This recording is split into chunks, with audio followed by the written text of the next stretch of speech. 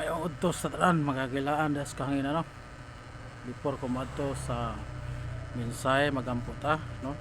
Lord God, salamat ang takna sa Auto Lord, salamat sa pulong ang pagkatunan karon kay ko kaalam giya sa belang espiritu Lord kagatag karaw pagsabot sa pulong sa yano nga pagi sa mga kuminaw sa kahanginan Lord kay maghatag kanila og dugang kasibot sa kuminaw sa pulong aman may tungod sa kalawasan hatag sa usa nga libre angay nilang madawat nga libre Lord God sa inyong paghatag nga kalawasan libre sa matag usahan mao ni ang pasabton sa iyan nga pagod sa kalawasan sa ihatag sa matag usahan. In Jesus name I pray. Amen. Ang pulong sa Ginoo diri no nato minsay ning takna sa kautuhon natay share no i-share na to samtang buhi pa ita mangandam tadaan no kaya ang kamatayon wa mahibawi na to kung sa tang rasa mamatay or sunod buwan sunod tuig no kung sa mga buwan na unsang tuig at mamatay mao na atong pangandaman kay ingon da sa Amos 4:12 nga pangandam kamo sa papangatubang sa inyong Dios no na makaigsunan adto ta sa bersikulo nga atong pagabasahon diri sa John chapter 15 verse 15 ngadto sa 16 no. Ingon ang pulong sa Ginoo 15:16.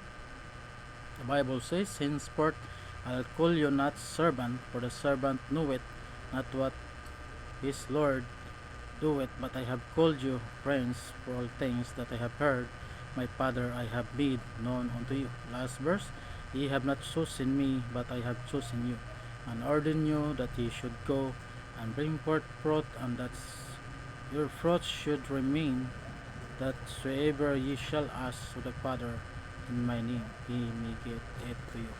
Ano nga atong pulong sa Ginoo mo na atong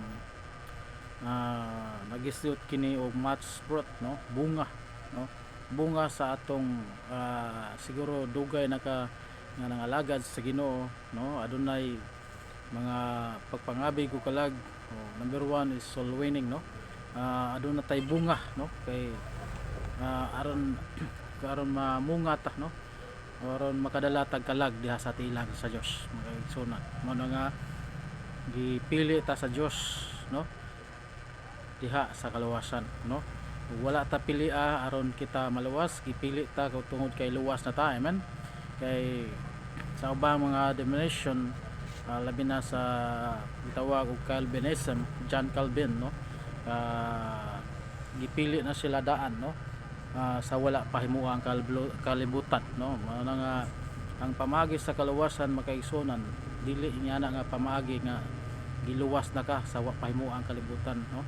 Dili kay sa remember this nga gipili sa Dios ang Israel nga gipili nga katawhan sa Dios nga bayan sa Dios, pero dili ipot pasabot nga gipili kana nga bayan sa Israel, bayan sa Dios nga mga luwas na nila nakasiguro na langit. Dili pa ang gipili sa Dios kadtong mga luwas na gining tuo na diha ni Kristo no.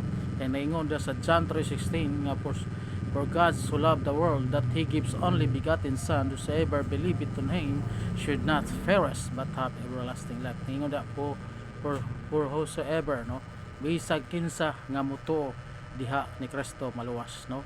Adunay kondisyon ang Ginoo no, dili unconditional no, dili unconditional no, dili ingon nga gipili na ka sa pahimuang kalibutan na luwas na ka, dili giluwas ka sa Ginoo sa diha napili ka sa Dios tungod kay giluwas na ka no, mintuo na kay Kristo naluwas na ka, usa na ka pinili sa Dios. Mo nay sakto nga mga pagtulunan nga doktrina nga gihatag diha sa bilaang kasulatan pagsunan no. Kay ingon diha nga whatsoever no, bisag kinsa nga mutuo diha ni Kristo mosalig na si Kristo lang ang makaluwas kaniya, maluwas siya, dili na malaglag kundi aduna na siya kinabuhing dayon no.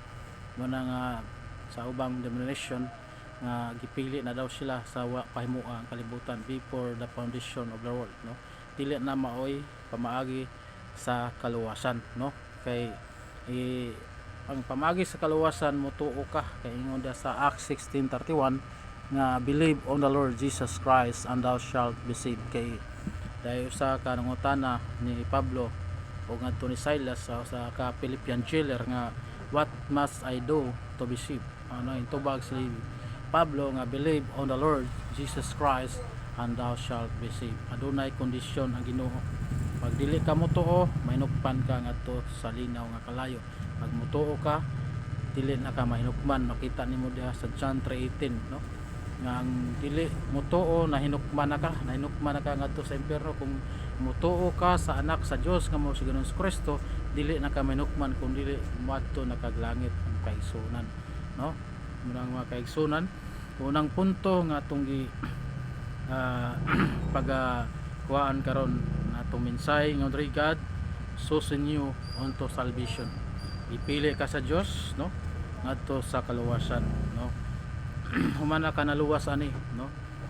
Tuo na ka ni Kristo. Wala makaigsunan.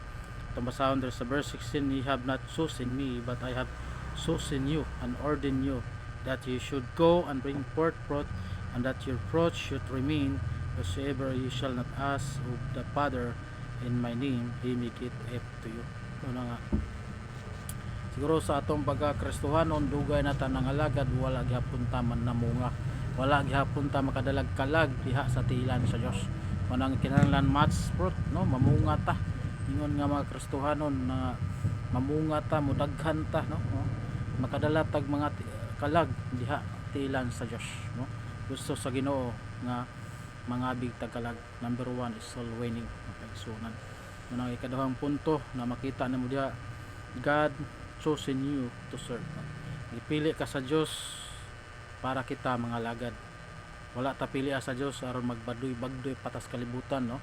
Iluwas tas Ginoo aron mga lagad ta, may matinud-anon ta nga mga lagad ngadto sa Dios. Dili ta kay luwas kas Ginoo, naluwas na ka, nagsalig na ka, kay luwas na ka, mubuhat na nung kag pagpakasala, nagkasala na ka, no? Nagpakasala na nung kas kalibutan, kay ingon mo hunahuna nga luwas na bitaw ko, bisag makasa ko, luwas gihapon. Dili na maoy kabubuton sa Dios, no? Ang kabubuton sa Ginoo, giluwas ka diha sa pagpangalagad ngadto sa Dios, mga save to serve, no? Kuna luwas ka o mga lagad ngadto sa Dios, no? Mga makaigsunan nindot nga mamunga ta, no? Daghantang mga kalag nga madala diha sa tilan sa Dios, no?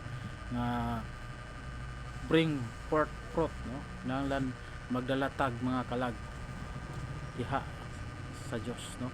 Mga membro diha sa iglesia sa Dios, no? Nga makaigsunan na nindot kayo nga giluwas ka, gipili ka sa Dios aron mga lagad ka ngadto sa buhi nga Dios, no? Nindot ang pulong sa Ginoo ang atong pamalandungan, ang pulong sa Ginoo ning takna sa kautuhon kaigsunan.